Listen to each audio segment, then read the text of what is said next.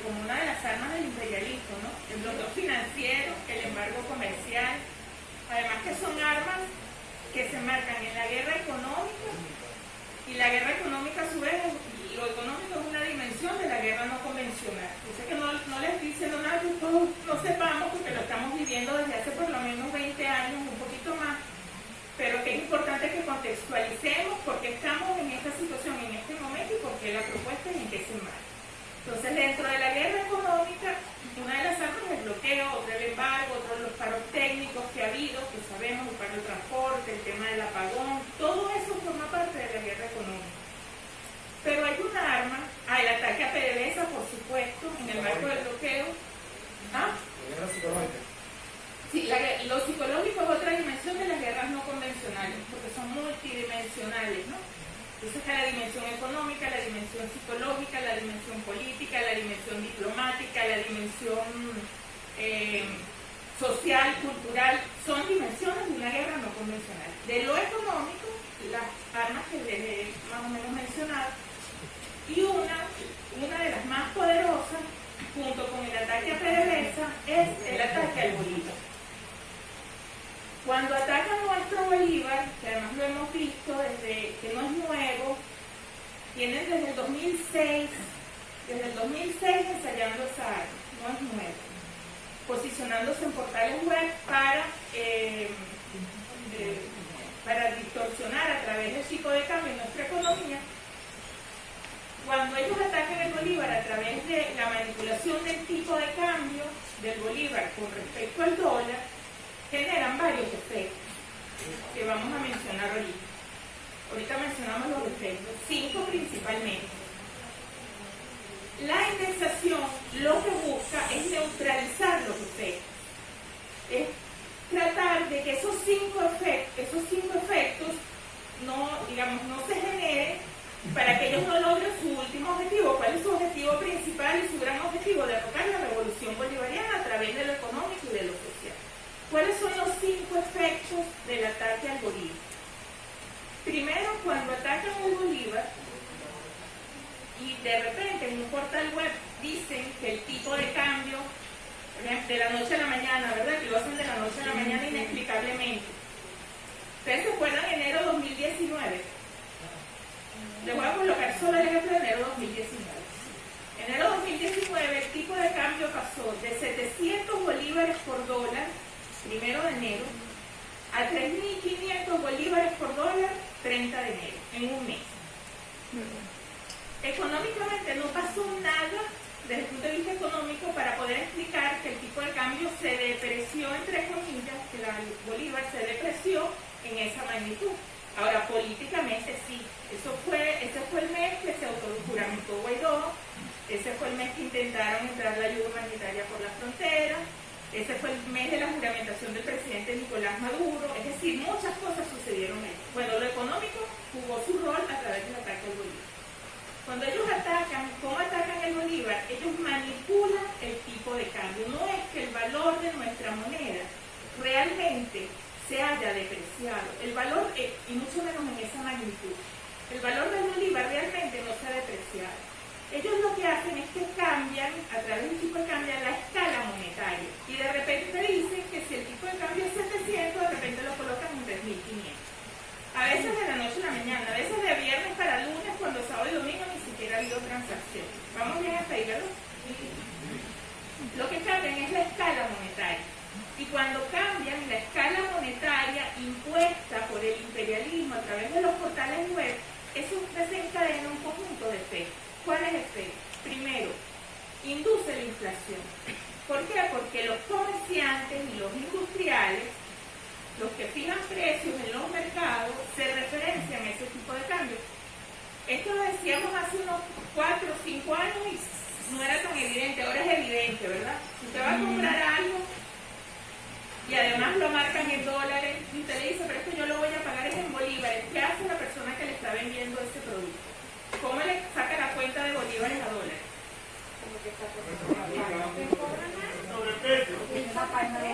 Agarra el dólar today o el monitor dólar o el en paralelo Venezuela, esos portales, y dice, bueno, usted va a pagar en bolívares, si esto es $1, déjeme ver en cuánto está en paralelo Venezuela y entonces usted me eso en Bolívar. Entonces utiliza esa escala monetaria. Y como él, todos los comerciantes industriales. Entonces lo primero que genera ese ataque al Bolívar es una hiperinflación. Una hiperinflación es la variación de los precios mayor al 50% mensual. Ahora, la hiperinflación no viene sola. El principal problema es que no es solo los bienes y servicios lo que varían de precio, o mejor dicho, es solo los bienes y servicios lo que varía de precio y no varía, por ejemplo, el salario en la misma proporción y en la misma velocidad, porque si aquí todos somos asalariados y asalariados, me van a decir que no es que precisamente si varió el tipo de cambio, cuando le van a depositar en la nómina se van a referenciar en paralelo Venezuela, ¿verdad que no? El salario es el mismo salario nominal, si es el salario mínimo por decreto, es el salario mínimo o el salario que le paguen nominal en función de su trabajo, etc. Entonces, varían los precios de los bienes y servicios, pero no varía el salario. Entonces, el primer efecto es la hiperinflación y el segundo efecto, al no variar el salario en la misma velocidad y en la misma proporción que los precios, lo que ocurre es que se deteriora el poder adquisitivo. Tampoco les estoy diciendo nada que ustedes no sepan. Se deteriora el salario real. El salario real, también conocido como poder adquisitivo, es el salario nominal, lo que nos depositan en la nómina, contrastado con los precios. Si los precios suben, consecuencia del ataque al Bolívar, y el salario se mantiene, el salario real baja o el poder adquisitivo baja. ¿Sí? Ese es un efecto que queremos neutralizar con la indexación. Ya vamos a ver cómo. El tercer efecto de ese ataque al Bolívar es la insuficiencia del gasto público. Porque lo mismo que nos pasa a nosotros en cada uno de nuestros hogares, cuando no nos alcanza el salario, nosotros vivimos de un salario nominal y después nos suben los precios, no nos alcanza, ¿verdad? Y lo que teníamos presupuestado en nuestra casa, lo tenemos que dejar de adquirir y de demandar. Si no nos alcanza para vestir el calzado, bueno, compramos comida, compramos medicamentos, etc. Bueno, exactamente igual le pasa a la administración pública. La administración pública se maneja con un presupuesto que se hace incluso el año anterior. Y siempre colocamos el ejemplo del año 2018. En noviembre del 2017 se elaboró el presupuesto de gasto del 2018. ¿Cómo se elabora un presupuesto de toda la administración pública de los 5 poderes del Estado general? Bueno, cada ministerio, cada organismo, cada poder público dice, estas son mis metas para el próximo año. Por ejemplo, el Ministerio de Salud dice, voy a arreglar 10 hospitales, voy a comprar tantos medicamentos, voy a pagarle a tantos médicos, etc. Eso es, en Bolívar es tanto. A Bolívar es de noviembre de 2017. Llega el Ministerio de Planificación y le dice, perfecto, te va a arreglar todos esos hospitales, le va a pagar a la gente, etc.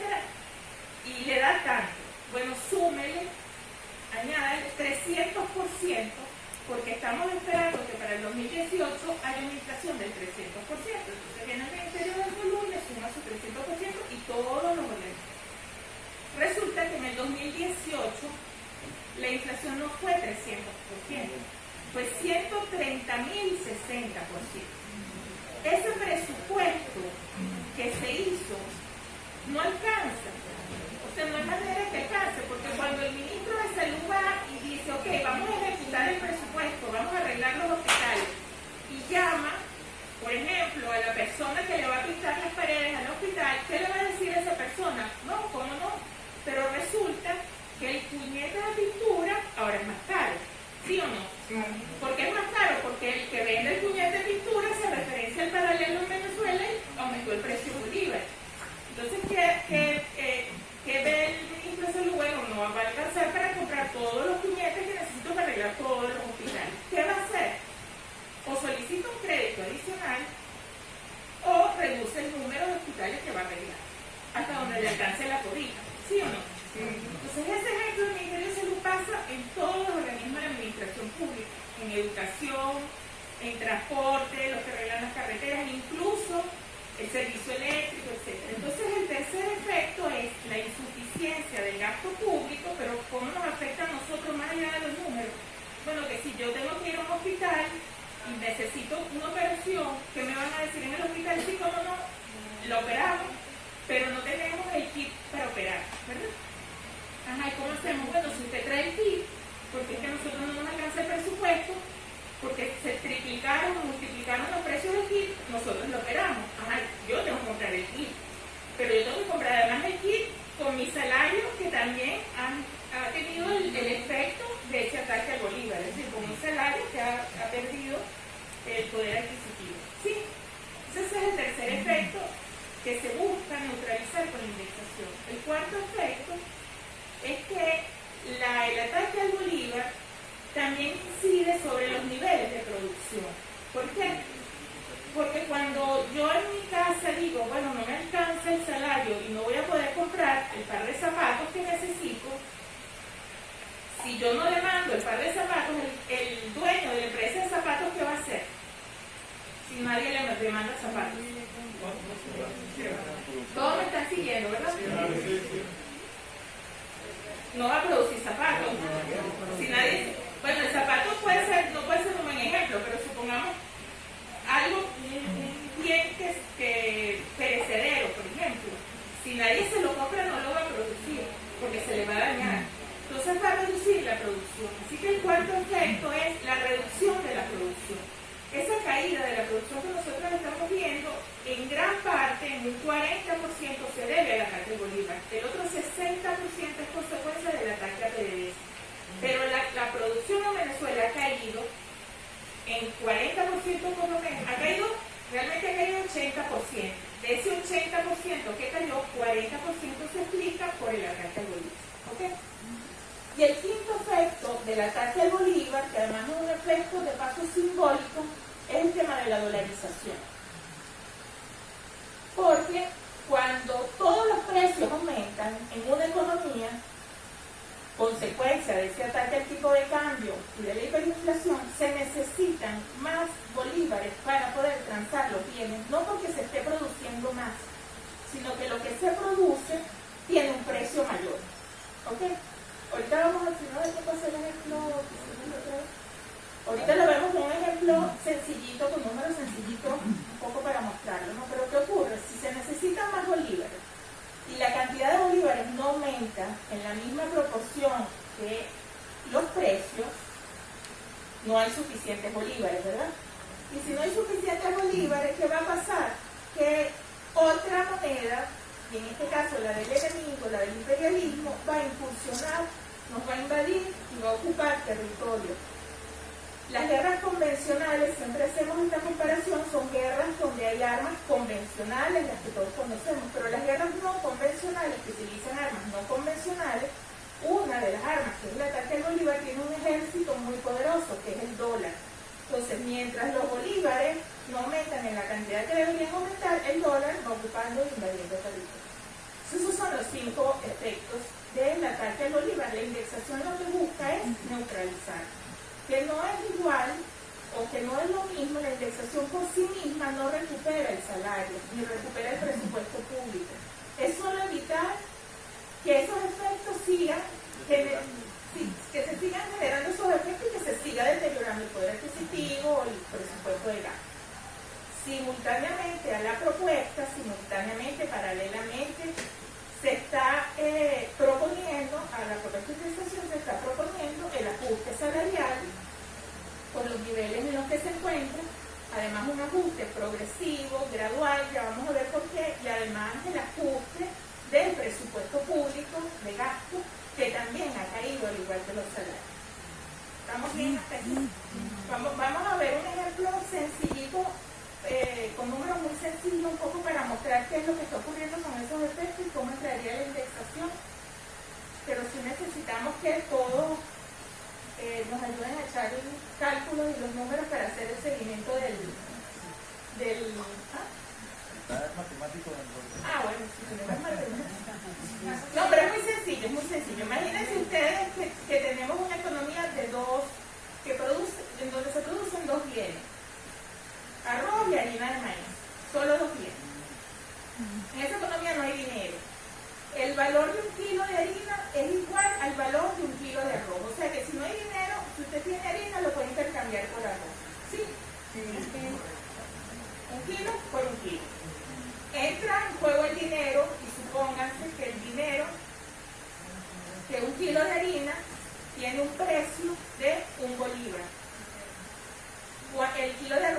si tiene el mismo valor, ¿qué precio debería tener? Un bolívar, ¿verdad? Entonces ahorita yo no doy un kilo de arroz por un kilo de harina, sino que doy un bolívar por el kilo de arroz, un bolívar por el kilo de harina. Y se producen en esa economía 10 kilos de harina y 10 kilos de arroz. Si se producen 10 kilos de harina por un bolívar cada kilo y 10 de arroz por un bolívar cada kilo, estamos hablando de 20 bolívares que se necesitan en esa economía para poder producir e intercambiar los 10 kilos de harina y los 10 kilos de arroz. ¿Sí? En esa economía se necesitan 20 bolívares. En esa economía, el bolívar tiene un valor de un bolívar por dólar, imagínense, supónganse, ¿verdad? Y además, el salario mínimo son 2 bolívares el salario. O sea que yo, trabajadora, si tengo un salario de 2 bolívares, puedo comprar un kilo de arroz y un kilo de harina. Está fácil, ¿no? ¿Hasta ahí? Bien. Ok.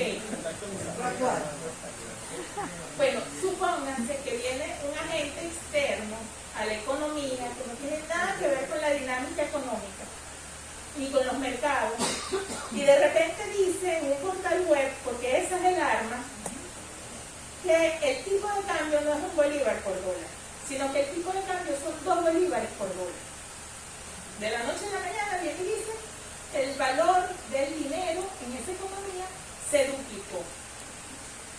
El valor de la harina, el valor, no el precio, el valor de la harina y el del arroz se mantienen idénticos. O sea, usted si quiere puede seguir intercambiando la harina por el arroz. Pero el precio, que ahorita se marca con una nueva escala monetaria, que no era un bolívar por dólar, sino 2 bolívares por dólar, ¿cuál va a ser el precio ahorita de la harina? 2 bolívares de la harina y 2 bolívares del arroz. El valor de la harina y el del arroz es idéntico. Incluso el valor del bolívar es idéntico. Lo que hizo el enemigo fue cambiarnos la escala y decir, no, ahorita la escala es no 1 por dólar, sino 2 por dólar. Que sirve como referencia. Si el salario se mantiene en 2 bolívares, ¿qué va a pasar? Yo voy a poder seguir comprando un kilo de harina y uno de arroz. O compro uno de harina, o compro uno de arroz, o compro medio y medio. Mi salario real se deterioró. Consecuencia, no porque yo esté produciendo menos, como dicen algunos, bueno, porque hay que producir más para que tú aumentes tu salario, pero es que yo estoy trabajando lo mismo. Lo que pasa es que el salario se mantuvo, lo que está pasando es que los precios están aumentando, además no porque aumentó el valor de las mercancías, sino el precio consecuencia de que nos manipularon la escala.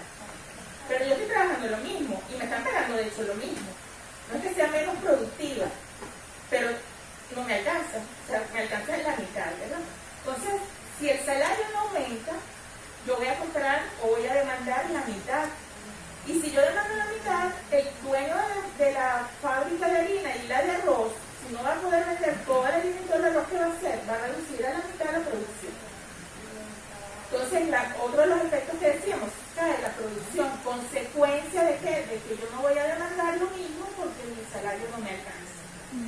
Pero además, supóngase que la producción sigue siendo 10 kilos de harina y 10 de arroz, pero ahorita un precio de 2 bolívares. ¿Cuántos bolívares se necesita en esa economía para poder producir y transar los 20 kilos?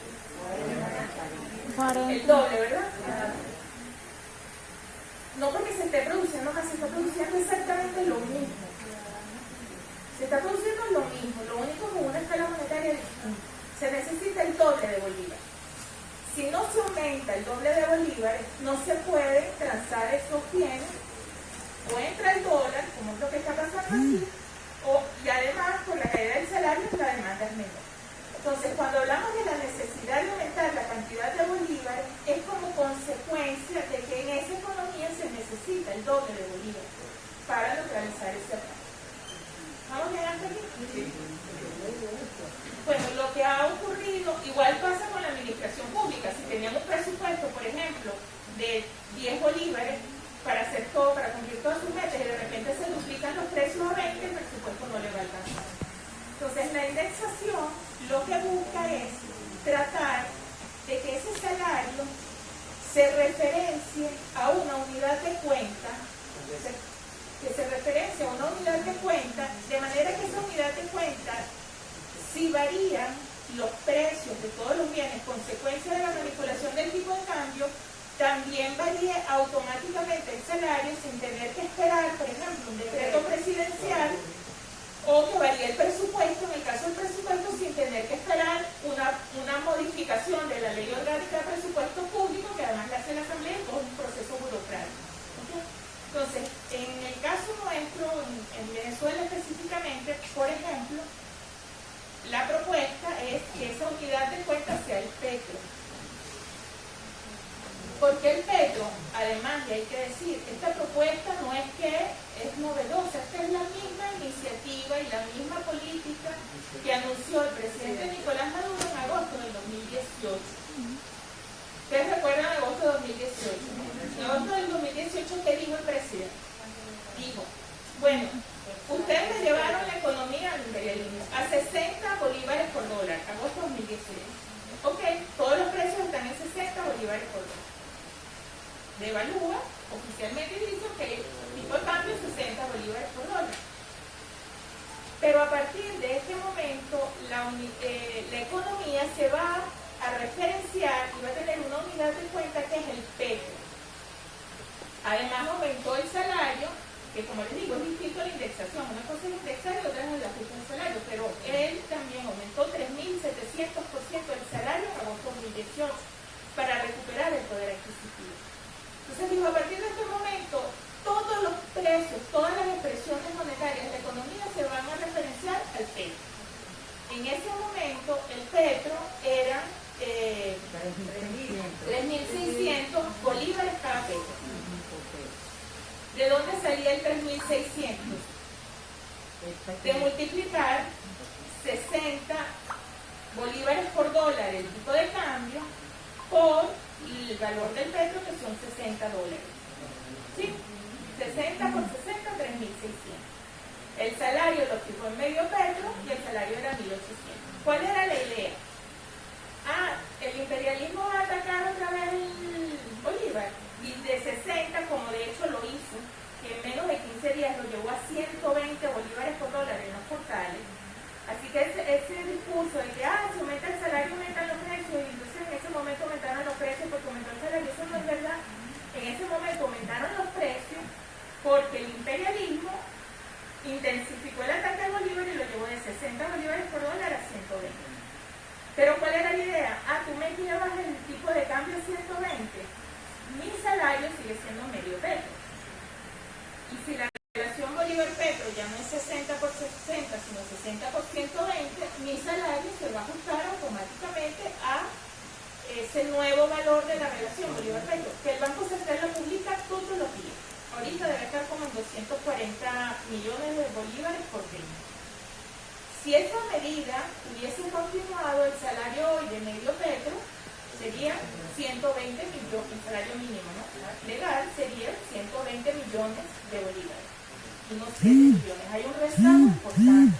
Incluso un rezago importante con respecto al salario que debería ser en función de lo que se establece en la Constitución, que sería equivalente a la canasta básica. La canasta básica está alrededor, según estimaciones nuestras, porque no hay datos oficiales, pero según estimaciones alrededor de 6 petros, o que equivalen más o menos a 360 dólares.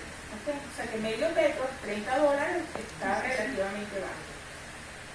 Pero lo que queremos decir es que si se hubiese mantenido esa medida, bueno, los salarios se ajustan, y no solo los salarios, como les decía, sino también el presupuesto público. Porque ¿qué se decía en ese momento? Bueno, si el presupuesto público, por decir algo, eran 3.600 bolívares, por decir algo, entonces era un petro, ¿verdad? Se iba ajustando en función de las variaciones del tipo de cambio. La indexación lo que busca es que todas las expresiones monetarias, el salario, el presupuesto y con ella la cantidad de bolívares que circulan en la economía, se referencian a una unidad de cuenta. Además, la propuesta del ajuste. Como les decíamos, bueno, el ajuste salarial es necesario. En petros es 0,03 petros. La canasta básica está alrededor de 6 petros. Pero además el gasto público, históricamente en Venezuela, ha estado alrededor del 30 producción nacional, del PIB. O sea, de lo que se produce, 33% es gasto público.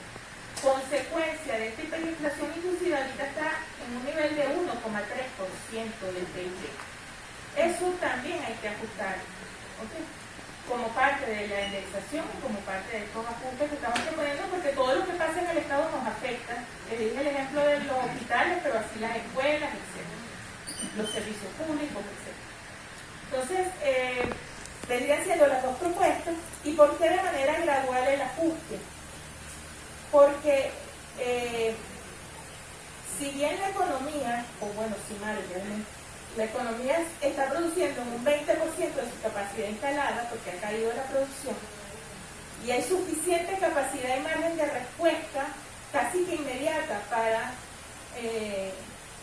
la nueva demanda debido a un aumento del poder adquisitivo, es necesario que el salario se recupere y el presupuesto de manera gradual para dar tiempo a la industria para que, bueno, adquiera materias primas, insumos, etcétera, y para que aceite sus motores para la producción, ¿no? Por eso lo de la gradualidad.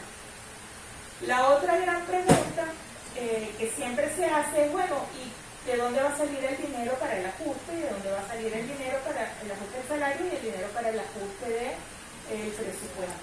Bueno, es lo que les comentaba.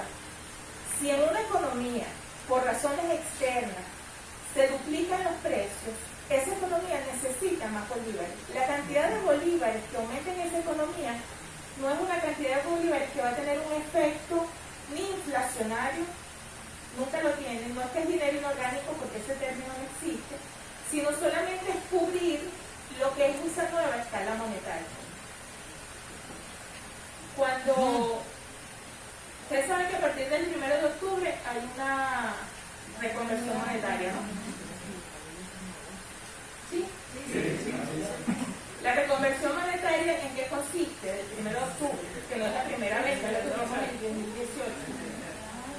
Quitarle 6 ceros a la derecha a todo. O sea, si su salario mínimo es 7 millones, va a ser 7 bolívares digitales. Si el presupuesto son 100 millones, entonces va a ser 100. Si usted en su cuenta bancaria tiene 50 millones, a partir del 1 de octubre va a tener 50. No es que le van a quitar dinero. Eso le va a alcanzar para lo mismo y su salario para lo mismo y el precio de los bienes también va a tener 6 ceros. Realmente la reconversión monetaria es un cambio de la escala monetaria. Es una necesidad por el tema contable, porque ya los puntos de venta no le entran tantos ceros ni a las calculadoras, pero es un cambio de la escala monetaria. Realmente, si usted se para el 30 de septiembre y amanece el 1 de octubre, ni el valor de los bienes de esa economía, ni el valor de su fuerza de trabajo, ni ninguno de los valores de esa economía cambió.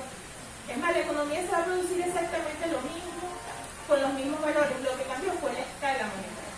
Entonces, la indexación es lo mismo que la reconversión, pero al revés. ¿Okay? Es neutral, o mejor dicho, el ataque al bolívar es lo mismo que la reconversión, pero al revés, pero impuesta por el imperialismo, y la indexación lo que busca es neutralizar el efecto. Y cuando se dice del 30 de septiembre al 1 de octubre va a haber menos bolívares en la economía, tanto menos como dividirlo entre 1 millón, ¿sí o no? O sea, si en la economía estaban circulando 1 millón de bolívares, el 30 de septiembre, el 1 de octubre va a haber un bolívar circulando. Eso no va a generar deflación para nada. Lo único que cambió fue la escala. Cuando atacan al bolívar, se necesita que incrementen la cantidad de bolívares porque cambia la escala monetaria. Entonces, cuando dicen ¿de dónde van a sacar los bolívares? Del ajuste de la cantidad de bolívares consecuencia de ese ataque al bolívar. ¿Sí? No es que es dinero inorgánico, no es que es dinero que va a generar inflación. ¿Y de dónde más se va a sacar los bolívares para aumentar los salarios, particularmente los salarios, sobre todo el sector privado? De la necesaria recuperación de la distribución de la producción en Venezuela. ¿Me explico? Se trae ahorro, tiempo, se ahorra materiales, se ahorra papeles, se ahorra tinta, se ahorra equipo y se ahorra cola. Con la reconversión. Con la eliminación estimación de los de docentes. los sueldos. Supóngase que un producto, cualquier mercancía, tiene un precio de 100 bolívares y el salario en esa economía es 50 bolívares. La diferencia de los 100 es ganancia, siempre, en cualquier economía, sobre todo capitalista.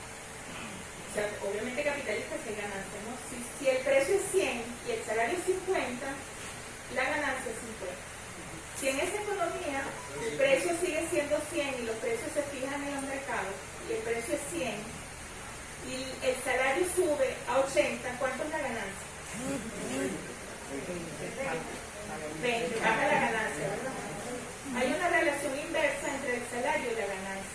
En la medida que aumenta el salario, disminuye la ganancia. ¿Qué es lo que ha pasado en Venezuela estos últimos años consecuencia de la hiperinflación? Que dado unos precios que han aumentado y un salario que se ha mantenido relativamente constante, la diferencia ¿dónde está? En la ganancia. En la ganancia. La diferencia está en la ganancia, porque si el precio se duplica y el salario se mantiene igual, la ganancia va a ser lo que era antes más el doble. ¿Okay? ¿De dónde va a salir el dinero? Si usted aumenta el salario de 7 millones, o de medio petro, lo ajusta un petro y después un petro y medio, el parte del dinero va a salir de esa ganancia que se ha redistribuido cada vez de una manera más desigual. Según datos del Banco Central, en el 2014, de todo lo que se producía a nivel nacional, el 31% iba a la ganancia. Son datos del Banco Central. Y el 36% iba al salario, a los salarios de todos los trabajadores.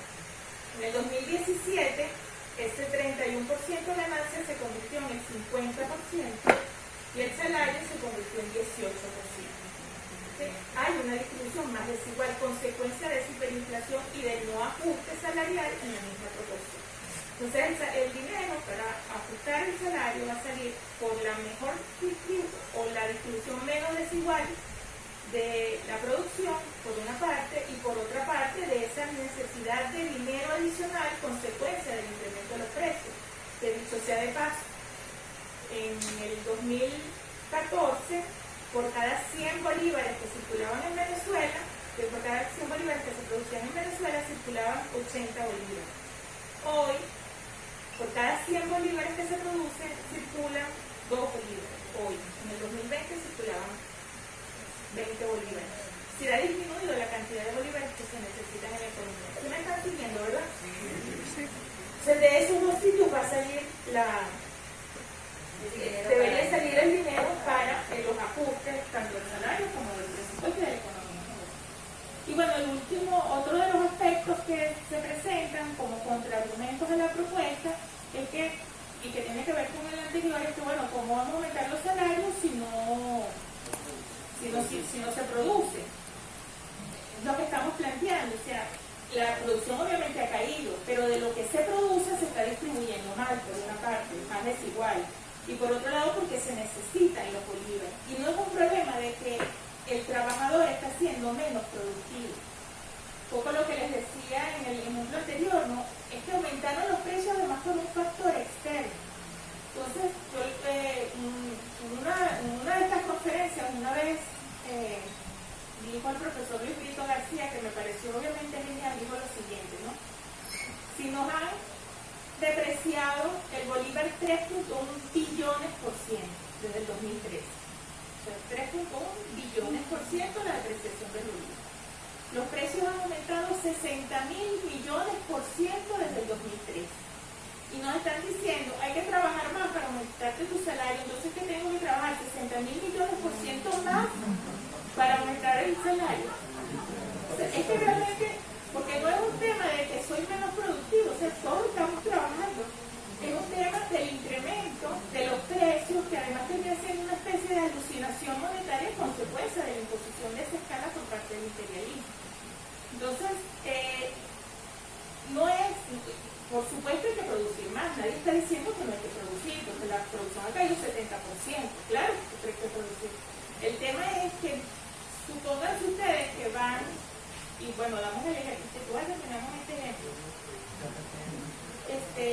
Supónganse ustedes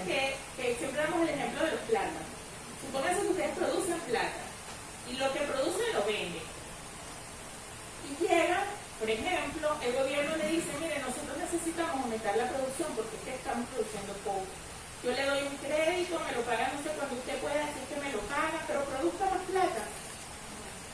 El que produce plátano, o sea, el dueño de la empresa de plátano, aunque tenga muy buenas intenciones de aumentar la producción de plátano, si no hay quien le demande más plátano, ¿qué va a hacer? ¿Va a producir más plátano? O sea, si ustedes son los dueños de la empresa de plátano, van a producir más plátano si nadie le va a comprar esos plátanos.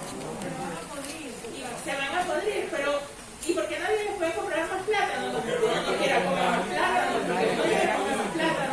Pero si no nos alcanza el salario, ¿cómo es que voy a comprar más plátano? Entonces, si nadie le va a comprar el plátano, usted va a decir, bueno, con este préstamo que me están dando, antes de que se me dañen los plátanos, va a hacer dos cosas. O compra dólares, y los invierte en dólares porque además sabe que mañana el imperialismo va a volver a atacar y va a volver a colocar un tipo de cambio más alto, o produce plátano, pero lo produce ¿para qué? Para exportar.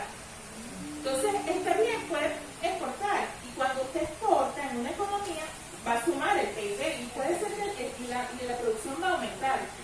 Pero el tema es hacia dónde va a ir esa producción, porque nosotros primero necesitamos que esos plátanos se consuman aquí, porque el consumo interno, según datos del Banco Central, entre el 2014 y el 2017, el consumo de los hogares cayó 62%,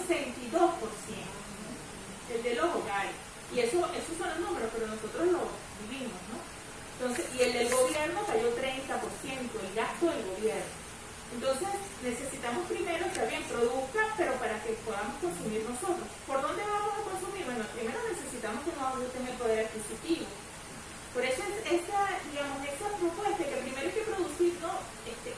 Reactiva el poder adquisitivo, o por esas dos vías, mejor distribución y aumento de la cantidad de dinero, para que aumente la demanda, para que entonces incentive la producción de plátanos y todo lo demás, antes de que se vaya para las exportaciones. Que no es que es malo exportar, pero es primero necesario aumentar la cantidad de consumo aquí, sobre todo, además en un proceso revolucionario. Y lo último que sí quería comentarles es que esa cantidad de bolívares que hay que aumentar, consecuencia del rezago porque disminuyó, como les digo, casi 70% de la cantidad de bolívares en la economía, no es igual que esa cantidad de bolívares se vaya a préstamos bancarios para la empresa privada o para la industria, a que se vaya a través del Estado y fortalecer el Estado. Son dos cosas distintas y hay un tema aquí de distribución importante. Porque si usted saca bolívares, ¿verdad? Y es para prestárselo a la empresa para que produzca plátano, va a pasar lo que estamos diciendo que va a pasar. Pero si usted esos bolívares los usa para aumentar el presupuesto de gasto público, que se deterioró de 30% a 1%, como decíamos, ¿qué va a garantizar? Bueno, que el Ministerio de Salud compre los medicamentos que dijo que iba a comprar según su planificación, le pague al que va a pintar la pared y compre el puñete de pintura, y al final eso va a ir a sectores privados, que son los que producen la pintura, que son lo de los medicamentos, pero se garantiza que los medicamentos lleguen al pueblo, que el hospital esté en las condiciones para operar, o sea, que se preste un buen servicio para la población en general, y además si esa cantidad de dinero a través del Estado la utiliza para ajustar los salarios de la administración pública, recupera el poder adquisitivo de los funcionarios públicos y de las pensiones y de las jubilaciones, sobre todo de las pensiones, porque como ustedes saben, en la Constitución establece que la pensión tiene que ser igual al salario mínimo. A su vez, la Constitución está en el artículo 80, y a su vez se dice que el salario mínimo, que es una indexación, realmente el artículo 91 es indexar el salario, que dice el salario debe ajustarse en función del precio de la canasta básica. Eso es una indexación. Claro, y dice anualmente. Lo que pasa es que aquí nos atacan diariamente, ¿no? Y 2 veces al día por lo menos. Entonces, 2 veces al día a las 9 y a la 1. Entonces, el tema es, esta cantidad de bolívares hay que canalizarla por la vía de fortalecer el Estado, por la vía de recuperar el poder adquisitivo, y no por la vía de otorgarle préstamos que termina, digamos,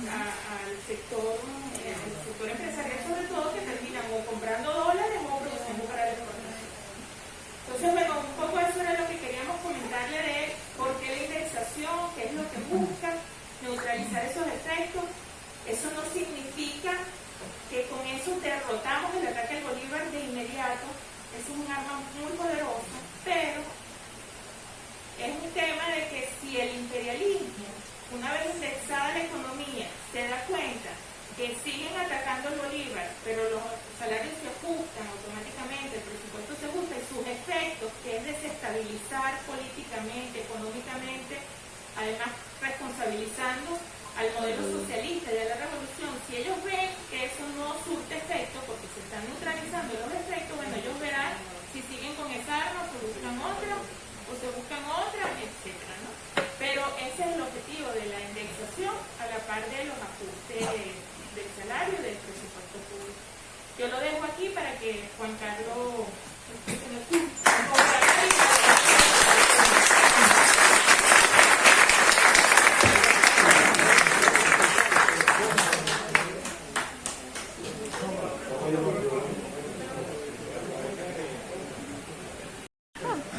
no se te va. Sí. Fíjate, que Pampalina me dejó muy poco que decir.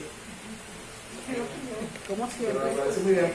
Partamos casi que de un resumen, pero que es importante que lo resaltemos. Pero lo primero es que, ¿qué deducción inicial tenemos de lo que acaba de explicarnos nuestra amiga Pampalina?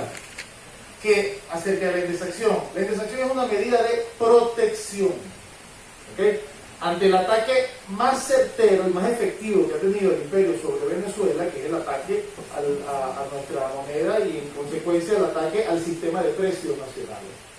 Ese ha sido el más efectivo sin lugar a dudas. ¿Okay? Y que no hemos dado, y que no se ha dado pie con bola en neutralizarlo. Ojo, y es por eso, esto es otra cosa que es importantísimo tener en cuenta. No hay ninguna contradicción entre la propuesta de indexación y la propuesta o el desarrollo de una política productiva. Para nada. Ninguna contradicción. ¿Por qué? Es básico, es elemental, es lógico que debemos nosotros incrementar la producción en Venezuela. Pero ¿la producción para qué y de qué? Pues otra cosa, hablan como de una forma etérea, ¿no? ¿Qué producir? Sí, ¿qué producir? Eso es elemental. ¿Pero qué vamos a producir y para qué? Entre las cosas que es obvio que tenemos que producir, parece mentira, y desde mi perspectiva una de las más importantes es la producción del conocimiento, mano. Porque tenemos una dependencia enorme tecnológica, tenemos una dependencia enorme incluso del conocimiento. Repetimos como loros, y uno de los obstáculos, me he dado cuenta yo con los camaradas que adversan la propuesta de manera, yo diría, visceral, es que uno, en muchas ocasiones son tan irresponsables que no la leen. No buscan la manera de entender de qué se trata, ¿no? Luego, solo repiten a modo de estribillo o a modo de mantra, son casi que consignas de la economía liberal. Ejemplo de eso. Es que ustedes a hablar de indexación, eso supone un incremento de la liquidez y entonces eso va a hacer inflación. Así. O sea, como si eso es automático. Liquidez, incremento de la liquidez, inflación per se. Eso no es verdad. O sea, ¿para qué eso? Primero que hay que tener en cuenta qué tipo de inflación existe en Venezuela. En Venezuela no existe una inflación de demanda, que es la que en teoría se generaría sobre la base de un incremento de la liquidez, de liquidez agregada. Pues. O sea, si hay mucho dinero, esta es teoría, si hay mucho dinero en la calle, se supone que la gente gasta más. La gente tiene más dinero, gasta más. Al gastar más, puede llegar un momento de que esa demanda supere la oferta, y al superar la oferta hace presión a la sociedad. ¿Qué hace presión a la sociedad, mágico? Vamos a explicar rápidamente cuál es ese mecanismo para que se vean que siempre es perverso. Cuando la gente tiene mucha plata y la oferta es relativamente poca en relación con la demanda, ¿qué ocurre? Se generan escasez, obvio. ¿Ok? ¿Y qué pasa entre la escasez? El que produce el agua está perdiendo. No vale, él está materializando su sueño, que es vender todo el agua. En consecuencia, él está ganando lo que aspiraba a ganar al vender el agua. Entonces, ¿por qué suben los precios? Les voy a explicar por qué. Esto es lo científico de la vaina. Pero él sube el precio porque él sabe que ante una situación de escasez usted está dispuesto a pagar más. Porque el temor a no satisfacer la necesidad lo pone usted en un estado de vulnerabilidad tal que, coño, ¿qué hago? Coño, te pago más, vale. Él está acaparando para producir eso. Claro, eso también puede ser una de las o sea, puedes acaparar, es una de las formas, pero estamos hablando de la diferencia entre la oferta y la demanda en este caso, pues. ¿Okay? Que una caída perdón, un incremento de la demanda que supere la oferta, aun cuando no haya acaparamiento, produce el mismo efecto que cuando hay acaparamiento. O sea, tú te ves vulnerado, el consumidor está en franca vulneración. Así es. Entonces, pero en Venezuela ocurre eso, todo el mundo tiene mucha plata y estamos comprando de todo. No es verdad. El año pasado, en el 2020, Fede Cámaras y otras cámaras de comerciantes y productores en Venezuela hicieron un encuentro, no recuerdo ahorita el nombre del encuentro, yo no sé, le fue un nombre pomposo todavía. Le pusieron un nombre allí y contrataron una consultora, te estoy hablando septiembre del 2020, contrataron una consultora. El encuentro se llama algo así, expectativas para el 2021, un desarrollo empresarial. La consultora le dijo a ellos, bueno, hay que trabajar, hay que seguir trabajando evidentemente, pero desde el 2015 al 2020 el consumo del venezolano se ha reducido, y ahí hay una diferencia entre lo del banco, la cifra del Banco Central, se ha reducido un 80%. El venezolano que compraba en el 2015 10 productos, en el 2020 está comprando 2. Eso también te dice a ti, que dice, oye, hay de todo, hay más producción porque hay de todo. Bueno, posiblemente, pero hay de todo también porque la gente no tiene para comprarlo. ¿Okay? A diferencia del 2016, donde, parece mentira, el 2016, que fue el año más duro que hemos tenido nosotros, sin lugar a dudas, teníamos real, pero no había que comprar. Porque ahí sí había un boicot bárbaro o impresionante. Entonces, fíjense, insisto, no hay contradicción entre una política productiva que necesitamos producir. Y necesitamos producir, ¿por qué? Porque somos un país básicamente dependiente de las importaciones. Eso es lo que fortalece el dólar en contra nuestra. Incluso las cosas que producimos aquí, porque aquí producimos más del 80% de lo que nos comemos. O sea, el queso que nosotros comemos no viene de Suiza. Los aliños que compramos no vienen de Holanda. Todo eso se produce aquí. Pero para producirlo necesitamos o una materia prima, o un repuesto, o un insumo, o alguna maquinaria, alguna vaina importada. Entonces, pues que la dependencia de la importación es bárbara en Venezuela. Eso hace que nosotros dependamos, queramos o no, del dólar. Porque algunos compañeros dicen, bueno, camarada, pero ¿por qué no le metemos yuanes a la economía? Bueno, para que lo sepan. El yuan no representa ni un 6% de las transacciones internacionales, ni llega ni un 6%. O sea, que se nos reduciría sustancialmente la posibilidad de hacer intercambios internacionales. Los gringos saben que su mayor arma es el dólar. Ellos saben que ese es el arma realmente que ellos tienen, pues. Porque ni siquiera la clásicamente bélica, porque ya los rusos lo pasaron hace rato. Ellos no se meten con los rusos, porque ellos saben que los rusos le lanzan un misil de esos hipersónicos, creo que se llaman, que de Rusia a Estados Unidos dura 10 minutos. Tienen 10 minutos de reacción, pero si se lo lanzan desde el espacio, que aparentemente también lo tienen, dura 5. O sea, tendrían 5 minutos para reaccionar. Está jodido. Pero lo cierto es que ahí vamos. No empuje. El gobierno no tiene control, nuestro gobierno no tiene control de estas variables que afectan sustancialmente la economía. Si la tuviera, yo estoy convencido, yo en lo particular estoy convencido que lo hubiese atacado. Es decir, no tiene control de estas páginas que colocan arbitrariamente el precio del dólar. No lo tiene. ¿Okay? Y efectivamente esas páginas sí afectan la economía. Eso es incuestionable. O sea, cualquiera, insisto, que le digan que tenga un dólar en el bolsillo y lo quiera vender por cualquier razón, yo le he puesto fuertes a medio. Fíjate que tengo yo ya mis años se ven porque cambio de fuerte. Voy a fuerte a medio, que lo va a buscar para vender por el precio mayor. Y el precio mayor es el de las páginas, aunque el precio del Banco Central es muy similar. Es otra cosa que quiero aclarar rápidamente aquí. Me van a poner a defender el Banco Central sin querer. Cuando se eliminó el control de cambio en Venezuela, cuestión en la que Pascualina Curcio, mi persona, Tony Bosch y mucha gente no estuvimos de acuerdo, pues lo adversamos en su oportunidad, en fin.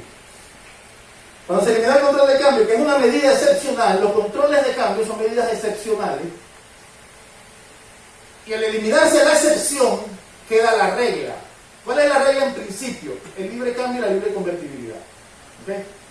Que es lo que en teoría tenemos ahorita, además reforzado por el convenio cambiario número 1 de, si mi memoria no me falla, del 7 de septiembre del 2018. Ajá. ¿Qué significa ese libre cambio, libre convertibilidad? Que el valor oficial de la divisa, o sea, del tipo de cambio, es el que dicta el mercado. Es el oficial. ¿Cómo el Banco Central lo termina determinando?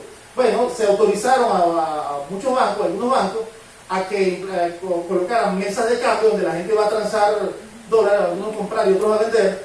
Al final del día se hace un promedio ponderado de todos los bancos que estaban autorizados para eso, y el valor que sale de ese promedio ponderado es el que publica el Banco Central. Por eso es que, pero mi pregunta es, la gente que va a vender dólares allá, ¿la oferta a qué precio? ¿De dónde toma la referencia? ¿Qué página está? De manera que siempre ese valor va a ser similar. O sea, eso significa que ese valor, y tenemos que entenderlo, si entendemos que ese es un precio político de ataque a la revolución bolivariana, entendemos entonces que es un precio falso, que es un precio evidentemente que no tiene ninguna razón científica y económica más que política y de desestabilización. Pero el gobierno no tiene control sobre eso. Y es por eso que nosotros decimos, bueno, si no tiene control sobre eso, vamos a buscar la medida, y creemos que la medida más idónea para neutralizar, no eliminar el ataque, pero lo neutralizamos sin lugar a dudas. ¿Por qué neutralizamos? Neutralizamos el efecto, los efectos más perniciosos de eso. ¿Cuál es el efecto más pernicioso? ¿Cuál es el más pernicioso? Puede llevar el deterioro del poder adquisitivo del venezolano. ¿A qué conduce el deterioro del poder adquisitivo del venezolano? Bueno, miren todo lo que desde nuestra perspectiva ocurre. Bueno, pero es que no solo, y fíjate lo que significa de mejorar la calidad de vida. De mejorar tu salud, no solo porque comes menos y esa cosa, de mejorar tu salud porque te angustias, vives angustiado como carajo come mañana. De mejorar tu estado de ánimo. Se rompe el núcleo familiar en ocasiones. Mucha de la gente que ha salido, bueno, hay que reconocerla, que ha salido porque la situación material en su núcleo familiar se ha deteriorado sustancialmente. En fin, y, ojo, eso supone también incluso inestabilidad política. La propuesta que estamos haciendo, lo que pasa es que no nos escuchan, pues, es otra vaina. Pero estamos diciendo, esa propuesta, coño pana, eso te da estabilidad incluso política. ¿Dónde está el enemigo entonces? El enemigo sigue estando afuera porque ese ataque a la moneda no la recibe cualquiera. Aquí adentro. Ya va, escuchen esto, camarada. No caigamos en eso. No caigamos en eso y voy a explicar por qué, camarada. O sea, toda revolución está colmada de contradicciones, porque si no, no fuera una revolución. ¿Entiendan esa vaina? En toda revolución hay contradicciones fuertes. En la revolución bolchevique, a Lenin se le ocurrió hablar de la NEP, la nueva política económica, en 1918, apenas un año de la revolución bolchevique. Trotsky se arrechó con él incluso por esa broma. Aquí los que están del Partido Comunista saben que eso fue así. ¿Y qué era la NEP? ¿Qué era la nueva, que Lenin la llamó un paso atrás? ¿Qué era la NEP? Políticas que para ese momento cualquiera podía decir que eran capitalistas. Pero, ¿eran realmente capitalistas? Bueno, según tu perspectiva, pero servían a que la revolución no muriera en ese momento. Y la salvó Lenin. Entonces, no caigamos en eso, las contradicciones son naturales. Y estamos en un momento importante. Oigan esto, estamos en un momento importante de la revolución bolivariana. ¿Y cuál es el momento importante? En que las contradicciones principales están a lo interno. Están en lo interno, se están dirigiendo en lo interno. Ya el enemigo principal, no el enemigo, perdón, el enemigo principal sigue siendo el mismo, pero no la contradicción principal. La contradicción principal que va a definir el rumbo en los próximos años de esta revolución se está dando a lo interno. ¿Okay? Y es por eso que tenemos que estar muy claros de lo que estamos haciendo. Es por eso que la crítica, que es lo que nosotros estamos haciendo, una crítica, la crítica que tiene sus modos, sus códigos de modo, tiempo y lugar. Esto también es muy claro, es muy importante que los camaradas lo entendamos. Modo, tiempo y lugar. Y además que tiene que ser propositiva porque si no, no es crítica. Uno, decirlo de la manera correcta. Un conocimiento profundo de lo que estamos criticando. Porque es una cuestión de responsabilidad. Porque cuando hacemos una crítica, queremos es ayudar. No queremos joder a nadie, queremos ayudar. ¿Ok? Y cuando queremos ayudar, para ser responsables, tenemos que estudiar profundamente lo que estamos criticando.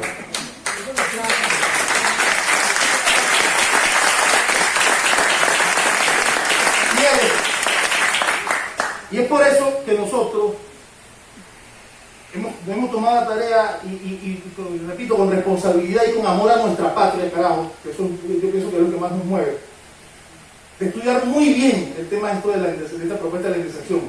Tratar de no tener ningún vacío, porque lamentablemente, coño, de gente que se supone que está al lado de uno lo ataca.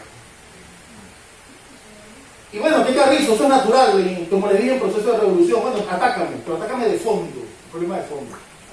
No me estás diciendo chapucero o pelele, sin siquiera esgrimir un argumento científico. De la CIA. O de la CIA, porque eso es otra vaina. No, ya no quiero caer en eso. Seguimos. Entonces, fíjense, les decía que la inflación no es de costo, no de demanda. ¿Ok? En consecuencia, el incremento de liquidez en la actualidad, mire, fíjense el tema del incremento de la liquidez. ¿Ustedes saben cuántos dólares representan todos los bolívares que existen, que están circulando hoy en Venezuela? Los que están en sus cuentas, pues no voy a hablar ni que los que están en los bolsillos, porque ya nadie tiene bolívares en los bolsillos. Pero los que están en las cuentas, todos, absolutamente todos, al menos los que el Banco el Central registra como la liquidez total, pues el M2. Todos, si lo llevamos a dólares, pasan un poquito de 500 millones de dólares. Oigan esto, según una consultora también, es más, Ecoanalítica, que le paran más a Ecoanalítica, pero esta consultora me parece también seria la que conseguí. Pero Ecoanalítica, antes de ayer, uno de los directores de Ecoanalítica dijo que según los estudios de ellos, en Venezuela están circulando unos 3.000 millones de dólares. 3.000 millones de dólares en efectivo, o sea, que la gente carga los bolsillos, que esa gente sí carga bastante. Ajá, que están circulando por todos lados, 3.000 millones. Y los bolívares, si los cambiamos en dólares, todos los bolívares llegan a 500 millones de dólares. Eso nos tumba varios mitos. El primer mito, el dólar aumenta, porque cuando dan un bono salen a comprar dólares. Pendejo. La oferta de dólares, mira cuánto es, 3.000 millones, y todos los bolívares llegan a 500.000. ¿Tú crees que haga presión? Aun cuando nos pongamos todos de acuerdo a utilizar todos los bolívares a comprar dólares, no hace presión. No hace presión la demanda, el oferta, perdón, no hace presión. Entonces es absurdo seguir diciendo esa tontería, que porque el gobierno aumenta un salario o paga un bono, no, eso es lo que hace que aumente el dólar. Es una cuestión absurda. Pero viene otro mito. Si los dólares son 3.000 millones de dólares, hay otra que dice que son 3.600. Me gusta hablar de esa porque da un poquito más y nada más esperanza. Pero fíjense, 3.000 millones más 500 millones, estamos hablando de 3.500 millones. ¿Ustedes saben cuánto fue el Producto Interno Bruto de Venezuela el año pasado aproximadamente? Hay varias cifras, porque como el Banco Central no publica esa vaina, uno tiene que buscar distintas fuentes que medianamente confiables, pues la CEPAL, de repente, el mismo el Fondo Monetario Internacional. Pero estuvo por el orden de los 48.600 millones de dólares del Producto Interno Bruto. Sustancialmente pequeño si lo comparamos con el Producto Interno Bruto de 2012-2013. Sustancialmente pequeño. Pero si el Producto Interno Bruto es un volumen de precios de todo lo que se produjo en Venezuela en el 2020, el volumen de precios de todo lo que se produjo, y todo lo que se produjo, bienes y servicios, más o menos estaba en el orden de los 48.600 millones de dólares, y todo el circulante está en menos de 4.000 millones de dólares, coño, ni el 10%. ¿Cómo compramos todo lo que se produce? Pues? O sea, ¿cuál es el estímulo del productor, por ejemplo? Si aún cuando la gente se dedica a comprar no tiene cómo comprarlo, porque no hay liquidez de dinero. Entonces sí hay margen para incrementar la liquidez sin afectar en lo más mínimo el tema de la inflación. ¿Ok? Otra cosa, hay un mito que hay que romper, ¿vale? El tema del dinero, porque eso es lo primero que dice todo el mundo es esto. Ajá, pero ¿dónde vas a sacar la plata? Mira, hay que aprender a distinguir dos categorías. La categoría de usuario del dinero y la categoría de emisor de dinero. ¿Quiénes son usuarios del dinero? Usuarios del dinero somos nosotros, las empresas, incluso las alcaldías y las gobernaciones son usuarios del dinero, porque no generan, no producen el dinero que gastan, pues no lo producen, tienen que cobrar impuestos o buscar otra fuente de ingresos. Pero el Estado central es usuario del dinero. Cuando a mí me dicen eso, ¿de dónde crees tú? Si no se produce no va a poder pagar la indexación. Yo les digo, ok, depende de lo que tú estés pensando, depende de lo que hay en tu mente. Porque si nos van a pagar los salarios en dólares, por ejemplo, coño, sí, el Estado tiene que producir. O sea, tiene que generar una actividad productiva para luego en el mercado internacional vender ese producto, captar dólares con eso y pagar los dólares. Pero si son bolívares, los bolívares lo hace el Estado. Mire, yo soy tributarista y desde hace un tiempo a esta parte me he puesto a estudiar bien duro el tema de los tributos porque uno a veces se da cuenta que son vainas, es como, ustedes recuerdan el cuento del traje del emperador, el traje del rey o del emperador, no me acuerdo. Tal cual. Todo el mundo, el traje del rey. Todo el mundo, todo el mundo de repente uno aprende una vaina y jamás la analiza, ¿no? Y eso es así, pues, punto. Hasta que cuando te pones a analizar te das cuenta, ya va, pero a mí me estás jodiendo con eso. Es el mismo tema. Si el Estado crea el dinero, lo hace los bolívares, necesita recaudar impuestos para poder generar bolívares. Es más, vean esto. ¿Cómo haces tú para pagar impuestos en bolívares si antes no estaban los bolívares en la calle? Para tú poder pagar impuestos en bolívares tienes que estar los bolívares primero. ¿Ok? Es así. El dinero es otra vaina, el dinero no tiene respaldo. Esto lo digo yo con mucha seguridad y mucha responsabilidad. No tiene respaldo. El dinero son límites. ¿Y cuál es el límite? Se lo explicó Pascualina hace rato.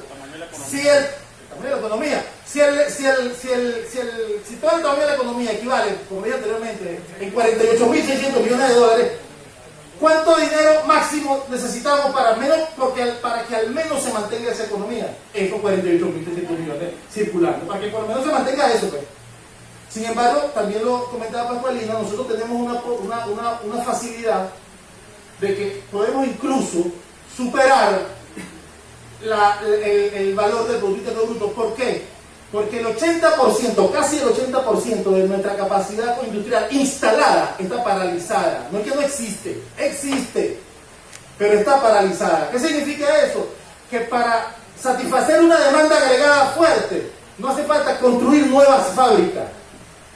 Prende esa vaina, consigue la materia prima y estás produciendo más rápido. ¿Entiendes? Y pues también entendemos que eso no es un tris, pero es muchísimo más rápido que cuando tú tienes tu tope de capacidad instalada y tengas que satisfacer una demanda agregada. En el caso de Venezuela, eso no es necesario. O sea, que les diga a ustedes con esa necesidad de que incrementar la liquidez va a generar la indexación, al meter la indexación va a generar inflación, no hay ninguna razón para que eso ocurra. No hay ninguna razón para que eso ocurra. ¿Por qué nosotros planteamos inicialmente un petro? Bueno, porque según los cálculos que hemos podido hacer, el tamaño de la economía, no es mentira que el tamaño de la economía se ha reducido, eso no es mentira. ¿Okay? De manera que con el tamaño que tenemos, consideramos que sí es factible, sin que me ponga mucho pero y poderle rebatir a quien sea, que sí es factible, que en unos $60 en promedio, que es lo que es más o menos un petro, pueda percibir inicialmente, porque como le dijo también Pascualina, la propuesta es ir subiendo escalonadamente el salario hasta 6-7 petros, ¿okay? En la medida que evidentemente se vaya fortaleciendo cada vez más la economía. Y esa indexación va a contribuir incuestionablemente al fortalecimiento de la economía en el sentido de que va a mejorar la demanda y va a incentivar la producción. Es por eso que nosotros hablamos, ¿y por qué el petro como unidad de cuenta? Porque fíjense, primero que estamos hablando de la indexación de toda la economía, porque es que no se puede indexar parcialmente la economía sin que se mantengan las distorsiones. De hecho, no sé si se han dado cuenta, aquí se han ido indexando vainas, pues. Aquí ahora los créditos bancarios todos están indexados, ¿okay? Con una cuestión que se llama unidad de valor de crédito, que es equivalente al dólar. Usted va y pide un crédito hoy a un banco, le dan 100 bolívares, por decir una cifra. Ok, perfecto. Cuando le toca pagar su primera cuota, ya va. Vamos a ver cuánto te toca, porque vamos a ver cómo está el dólar hoy. Ok. De manera que está indexada los banqueros. Eso está mal, yo pienso que no está mal. Está bien, la banca está protegiendo su... Pero fíjense qué pasa cuando se indexa parcialmente la economía. Vamos a partir de ese mismo ejemplo. Yo pido mi crédito para producir pepeguásimo. Entonces, oye, yo estoy produciendo, pero estoy pagando más cada vez porque en la medida que varía el tipo de cambio, está variando las cuotas que yo voy a pagar. Que cada vez estoy pagando más. Okay. Pero yo para resarcir eso tengo que vender lo que estoy produciendo. ¿A quién se lo voy a vender? A un coño que no tiene nada indexado. En consecuencia, cada vez ese me va a comprar menos o no me va a comprar, ¿para dónde para comprar? Entonces, es un absurdo. Entonces, ¿qué estímulo tengo yo? Una demanda cada vez menor. Vamos a ver si el estímulo es la exportación. Está bien. Como dijo también Pascualina, la exportación es mala y tenemos que apuntar hacia allá. Perfecto. Pero también hay que medir los tiempos de las cosas. Y las circunstancias en las que nosotros, si vamos a apostar a esa política, en las circunstancias mundiales actuales. El mundo está ahorita en recesión. En recesión, la pandemia condujo que hay un proceso de recesión mundial. ¿Qué significa recesión mundial? Caída de la producción y de la demanda mundial. Venezuela no es un país exportador más que de hidrocarburos, fundamentalmente petróleo. Si nosotros vamos a producir ético, lo que sea, para exportar, ustedes pueden apostar su alma que en el planeta no están esperando que nosotros produzcamos para comprar eso. Ya alguien en el mundo está produciendo eso hace tiempo y está exportando eso hace tiempo y está en el mercado internacional hace tiempo. Eso significa que nuestro productor va a tener que ganar mercado, desplazar pollos que ya tienen tiempo allá, pero en este pequeño escenario, en el de la recesión y en el del bloqueo, que no es bueno. En el de que si un carajo le va a comprar a los venezolanos, los gringos le dicen, si le compras a los venezolanos te meten feo conmigo. ¿Qué va a preferir el carajo? No, yo con los gringos no me meto, yo me compro más, me voy con ellos. En ese escenario también estás diciendo tú que esa es la política. Coño, no vale. Además que es una política a largo plazo, hay que hacerla, pero a largo plazo. Yo voy a decir, como digo yo, imagínate, hay una oportunidad. A largo plazo todos estamos muertos. Entonces, mientras tanto, la gente come todos los días. Entonces, vamos a neutralizar mire, fíjense todo lo que se resuelve. Y yo, coño, pero yo no entiendo por qué. Es más, lo que menos entiendo es que ni siquiera se digna a discutirla, pues. Vamos a discutirla. Porque si lo que estamos proponiendo es una estupidez, una barbaridad, quien maneja las categorías económicas nos derriba todo lo que estamos diciendo aquí en un triste. Y listo, y salimos con la pierna, con el rabo entre las piernas. Pero es que ni siquiera se atreven a discutirla. Es que es lo que yo no entiendo. ¿Por qué vamos a discutirla? Porque en la discusión, oigan esto, en la discusión puede ocurrir que no quede la propuesta de indexación, pero como lo debatimos entre todos, conseguimos una solución mejor que esa vaina. Pero conseguimos una solución para el pueblo. Pero eso se da en el debate, en la discusión, no en huir ni en imponer una vaina, ¿okay? Ni en soslayar, ni en insultar. Mira, yo a ese compañero que anda insultándolo, yo le decía en el camino a Pascualina, no te vamos a caer en eso. Es más, yo ni siquiera, en este momento, yo ni siquiera lo cuestiono, porque me di cuenta que él no da más, de ahí no va a pasar. Yo no voy a pedirle al compañero, coño, que me rebata científicamente los argumentos que estamos explanando nosotros. No, pues yo le estoy pidiendo demasiado. Él está dando lo que puede dar, insultos y descalificaciones, porque bueno, hasta ahí llega su capacidad. ¿Qué carajo? Es su... Indexar toda la economía es obvio. ¿Y por qué no se puede indexar? Te lo acabo de decir, porque se crean distorsiones. Le doy un ejemplo. Indexamos el salario, pero no están indexadas las cuentas bancarias.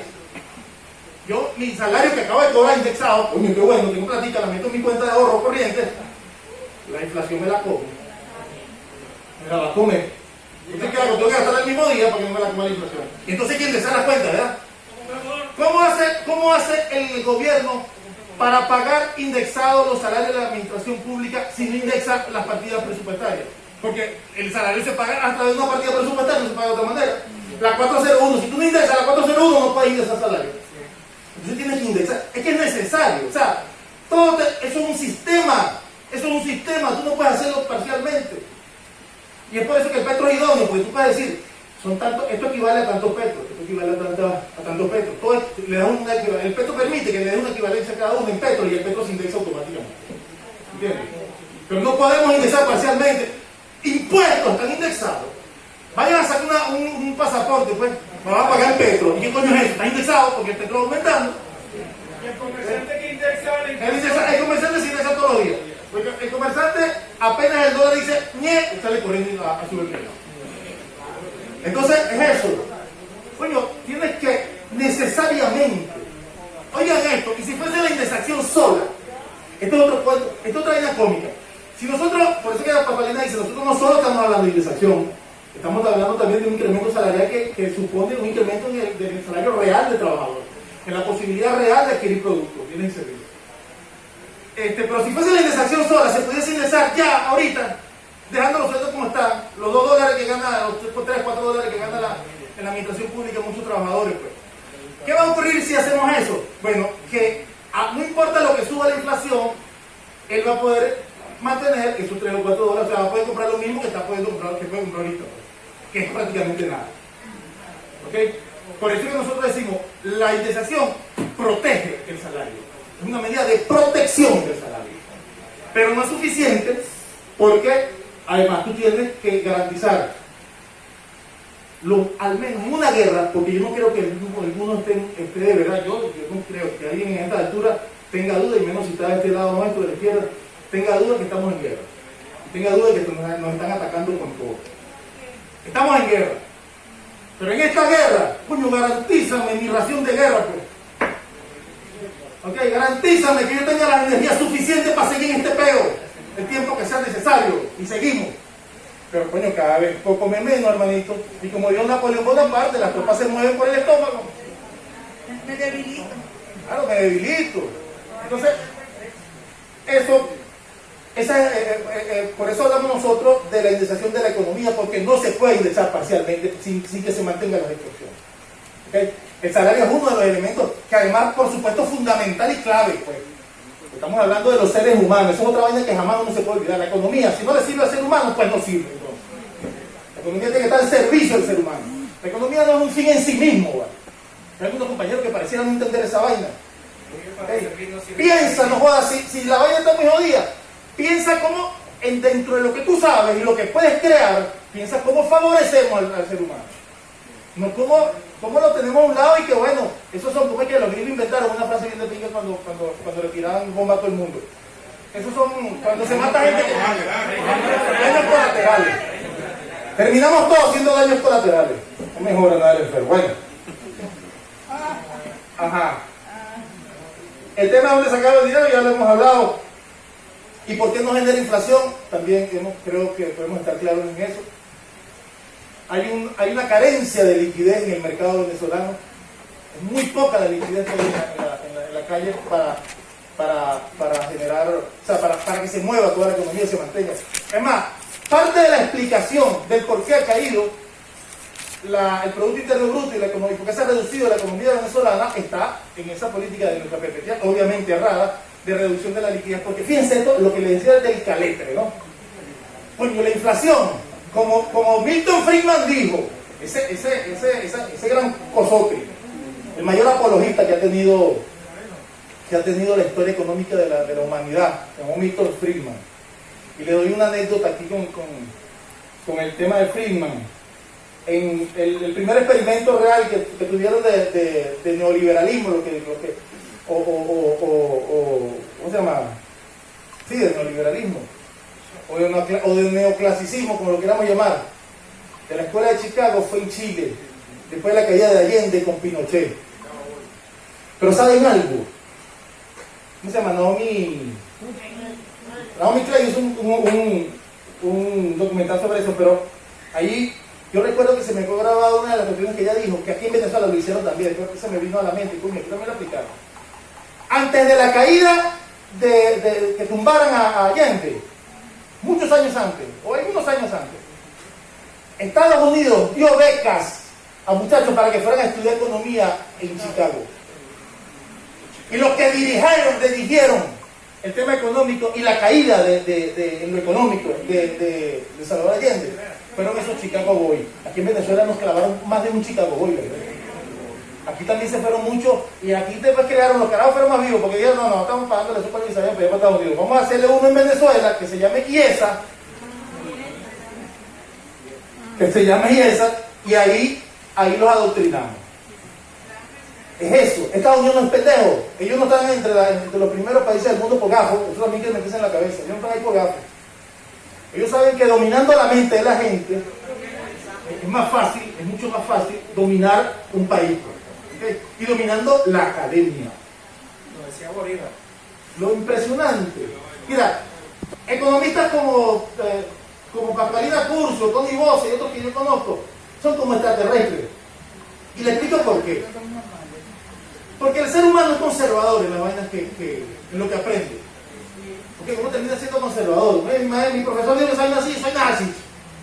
Yo soy como el tipo del oriental que, coño, estaba medio rascado y yo a un cementerio y sale un dedo así de la tierra y dice, coño, sáquenme que estoy vivo, tal. Y yo digo, no, joder, que vivo, tú lo que estás mal enterrado. Es así, uno aprende una vaina y bueno, eso es así, pues. Eso es así. Y no necesariamente es así, porque la ciencia, hermano, no avanza con loro, ¿vale? No avanza con loro.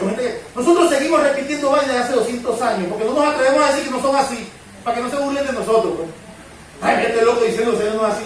Albert Einstein, cuando antes de formular, o en el proceso de formulación de la teoría de la relatividad, que lo llamaron loco bastante, a él se le ocurrió decir que el tiempo no era una unidad constante, pues, que podía variar. Coño, eso no lo decía nadie en esa época. Imagínate lo que le habrán dicho. No, si hubiese estado este compañero, no lo voy a nombrar, si este compañero de la época, no me imagino lo que hubiese dicho, de charlatán y chapucero para abajo.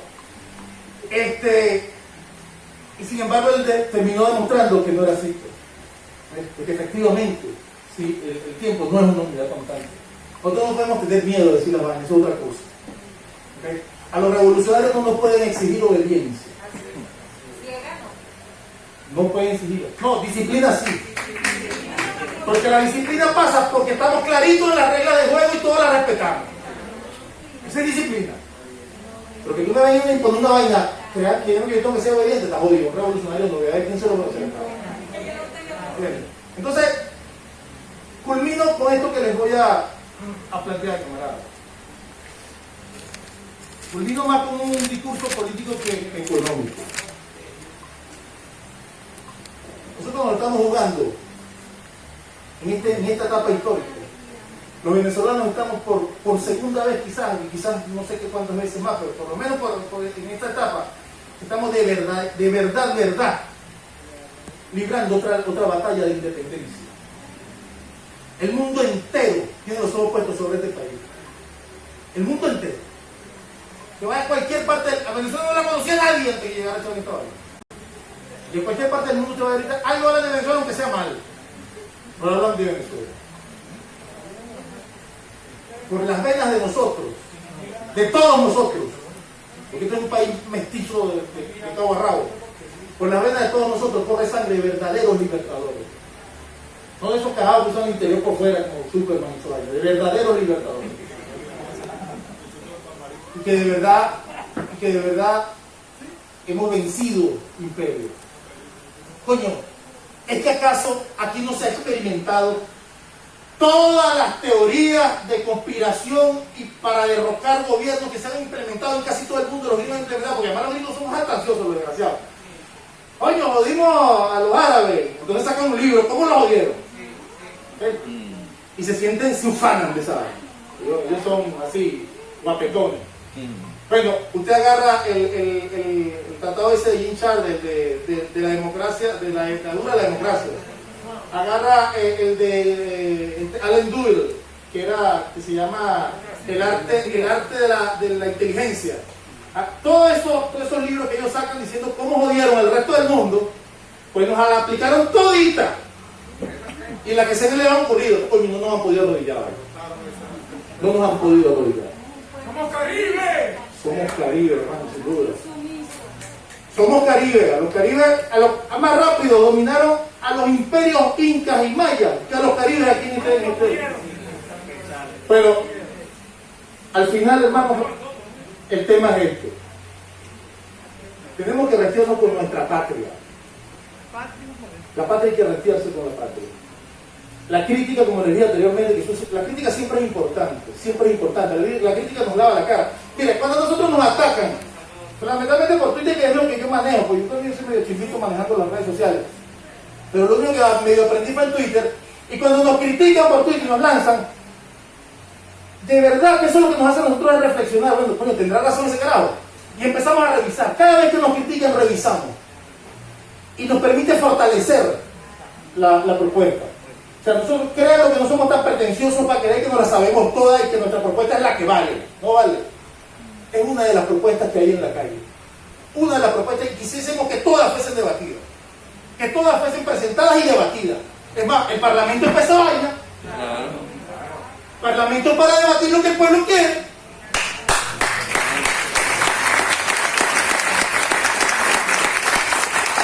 Pero nunca, coño, ¿cómo decirle? Nunca dejarle un tantito así al enemigo. Y yo sí lo digo, el enemigo principal no está adentro. Adentro hay contradicciones, sí, que hay que dirimirlas.